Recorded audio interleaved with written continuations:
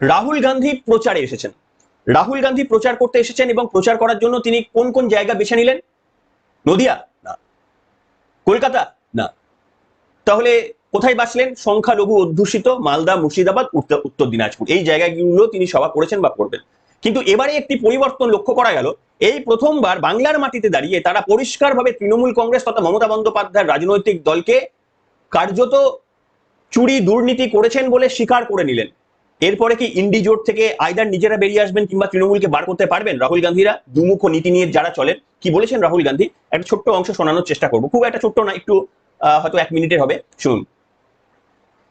भाइयों और बहनों, Sharada chit fund scam, 17 lakh investors का पैसा, 1900 करोड़ रुपए उनको वापस नहीं दिया। Rose Valley chit fund scam, 31 lakh investors का पैसा लिया, 6600 करोड़ रुपए अभी तक वापस नहीं दिए। Coal smuggling scam, illegal mining, transport,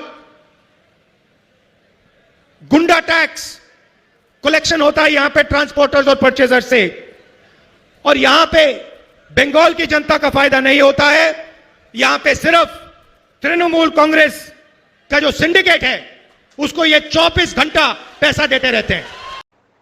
শুনলেন, কেন্দ্রে লোকসভা নির্বাচন আসলেই তৃণমূল কংগ্রেসকে পাওয়ার জন্য মমতা বন্দ্যোপাধ্যায়ের পাশে বসে যতগুলো মিটিং করার প্রয়োজন ততগুলো মিটিং করতে রাহুল গান্ধীদের হাত পা কিছুই কাঁপে না।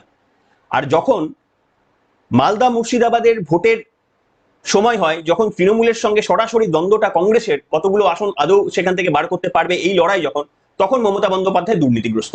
তার আগে লোকসভাতে যখন হাতে হাত মিলিয়ে সোনিয়া গান্ধীর পাশে বসে মমতা বন্দ্যোপাধ্যায় তিনি বসেন, তখন কিন্তু এই রাহুল গান্ধীদের তখন কোনো আপত্তি থাকে না। এই দুমুখ যে রাজনৈতিক দলগুলো রয়েছে এরাই কিন্তু আমাদেরকে কার্যত, মানে আমরা কোন রাজনৈতিক দলকে ভোট দেব এই অপশনটা এরা আমাদের কাছে কমিয়ে দিচ্ছে। আপনি চাইলেও কংগ্রেসকে ভোট দিতে পারবেন, আপনি চাইলেও তৃণমূল কংগ্রেসকে ভোট দিতে পারবেন।